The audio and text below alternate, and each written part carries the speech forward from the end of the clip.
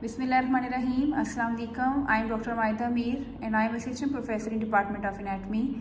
Today our topic of discussion is the gyri and the sulci of different lobes of brain. The parietal lobe. Again, the central sulcus which divides the frontal lobe from the parietal lobe, and behind the central sulcus is postcentral gyrus. This postcentral gyrus which extends from the upper border or the superior border and runs downward. This area is also called the primary somatosensory area, which is also called the area 3, area 1 and the area 2. This area is related to all the sensory sensation of our body, which includes the pain, touch, temperature, pressure, 2-point discriminations, proprioception, etc. And this is also related to the muscle spindle and Golgi tendon organs. The restriction of this area will lead to the contralateral sensory loss, which includes all those sensations which I have told before. But very rarely the crude painful sensation, the tactile sensation and the thermal or the temperature sensation can return, because the thalamus is also related to control these stimuli. But even after the return of these sensations, the patient is unable to judge the degree of coldness, the degree of warmth. The person is unable to localize the tactile stimuli very accurately. The person is unable to know or to judge the weight of the object. And the loss of the muscle tone is also related with the lesion of the sensory cortex, because as I told that this area also controls the muscle spindle and the Golgi tendon organ. The next area which is related to the parietal lobe is called the secondary somaesthetic area, and the secondary somaesthetic area lies below the primary somatosensory or the primary somaesthetic area over here, or above the lateral sulcus. Normal function of this area is not exactly known, but it is thought that this area is related to the cutaneous stimuli or the stimuli which are related to our skin, like the tapping of the skin and the brush strokes, etc. And the lesion of this area is not related to any recognizable sensory defect. The next area which is related to the parietal lobe is somaesthetic association area. This area is related to the superior parietal lobule, and this is area number 5 and area number 7. This area is related with the sensation of stereognosis. Stereognosis means that a person can recognize the object by holding in his or her hands by closing their eyes. This is called the stereognosis.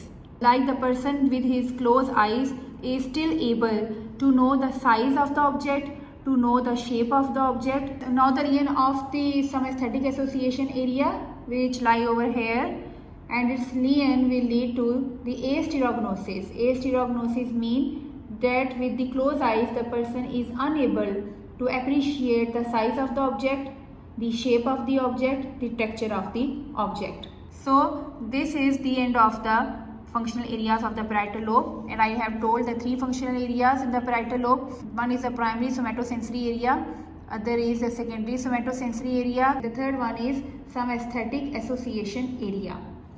The next is the functional area of the temporal lobe. So temporal lobe has superior temporal gyrus, middle temporal gyrus and the inferior temporal gyrus that extend up to here. The first functional area of the temporal lobe is the primary auditory area. The primary auditory area lies below the lateral sulcus. You can see over here that this is the lateral sulcus, this is a posterior limb, this is the anterior ascending limb, and this is the anterior horizontal limb. Below the lateral sulcus lies the primary auditory area, and which is the area number 41 and the 42. Now behind the primary auditory area lies a secondary auditory area. The secondary auditory area is a number 22. The primary auditory area, which is the area number 41-42, is concerned with the reception of the sound. And if we divide this primary auditory area in the 2 parts, one is the anterior, one is the posterior. The anterior part is concerned with the low frequency sound, and the posterior part is concerned with the high frequency sound. So the main crux is that this whole primary auditory area with all its 2 parts is related to the reception of the sounds. The region of the primary auditory area, then there will be bilateral hearing loss, but the loss will be more on the opposite side of the ear, because the fibers of the auditory pathway, they will decussate, and the right side of the fibers will reach up to the left and the left will reach up to the right side, and the cochlea receives more fibers from the opposite half. Because of the destruction of the primary auditory area of any one side, the fibers will come more from the opposite side, so there will be bilateral hearing loss, but more on the opposite side and the less on the ipsilateral side. Now the secondary auditory area, which is area number 22, which lies behind the primary auditory area, this area is related to the interpretation of the sounds. Those sounds which are received by the primary auditory area, the secondary auditory area will interpret them, especially on the basis of their past experiences.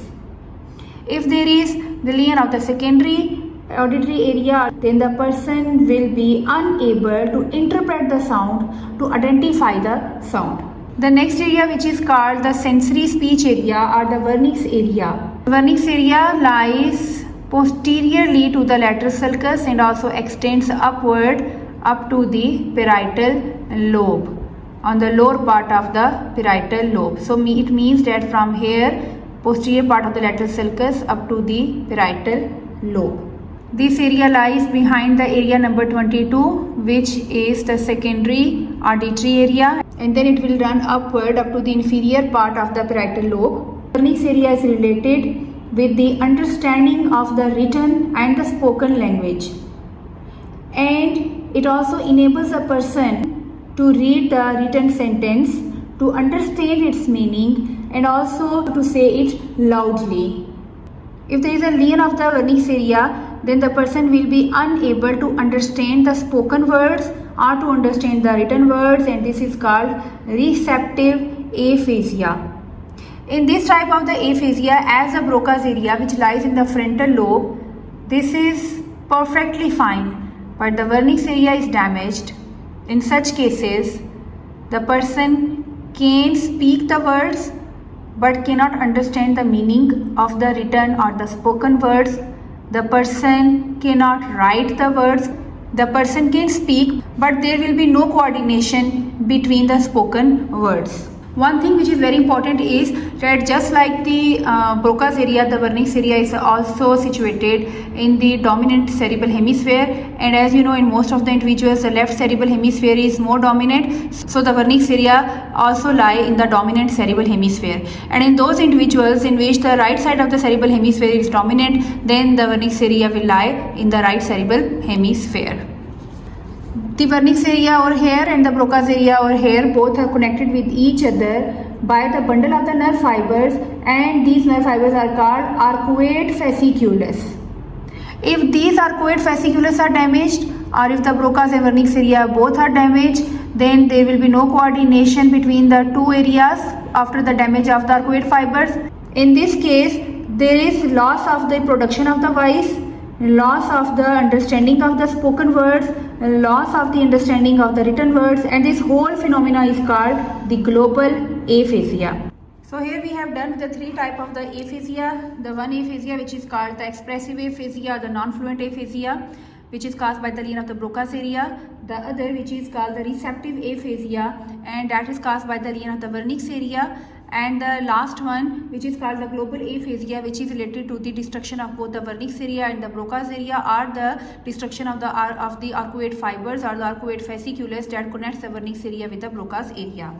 Now the last one, which is called the occipital lobe. Occipital lobe has a primary visual area, which is the area number 17, and this area number 17 lies above the occipital pole, and the primary visual area lies behind the calcarine sulcus. This is the calcarine sulcus, so behind this here lies the primary visual area, which is area number 17. Surrounding the primary visual area over here is the whole is called the secondary visual area, which is the area number 18 and the 19. Primary visual area receives the fibers from the temporal half of the ipsilateral retina and from the nasal half of the contralateral retina. So the right primary visual area contains the nerve fibers from the left visual field, and the left primary visual area contains the nerve fibers from the right visual field. Another thing which is very important about this calcarine sulcus is that the upper part of the calcarine sulcus contains the nerve fibers from the inferior field of vision, and the lower part of the calcarine sulcus contains the fibers from the superior field of vision. Now the function of the secondary visual area that surrounds the primary visual area, and the secondary visual area is number 18 and the 19. And the function of the secondary visual area is that it is related to all the visual information from the past experiences. Thus, it enables a person to recognize and to appreciate the object which he or she has seen before. The next is occipital eye field. The occipital eye field is also related into the secondary visual area, and the secondary visual area, as you know, that surrounds the primary visual area. This occipital eye field is related to the involuntary scanning movement of the eye. As you know that in the frontal lobe there is the frontal eye field that is related to the voluntary scanning movement of the eye or the conjugate movement of the eye. So both these areas are connected with each other, the frontal eye field and the occipital eye field. The frontal eye field is related to the voluntary scanning movement of the eye, and the occipital eye field is related to the involuntary scanning movement of the eye. If the person has a lesion of the occipital eye field, then he or she will be unable to perform the involuntary scanning movement of the eye. Now some other areas of the cerebral cortex. The most important one is the taste area. The taste area is related to the lower part of the postcentral gyrus. This is the central sulcus and this is the postcentral gyrus. Though this here lie the taste area, and the taste area is number 43. The some part of the taste area is related to the lower part of the postcentral gyrus, and the some part is related to the insular cortex over here. If you will open the lateral sulcus, so inside is the insular cortex. So some part of the taste area is related to the postcentral gyrus, its lower part, and some is related to the insular cortex. So we have completed all the functional areas of the different lobes of the brain with their lesions and with their normal functions, and also with their numbers. If you have any query, then pass your question in the comments, like it and share it. Thank you so much. Allah Hafiz.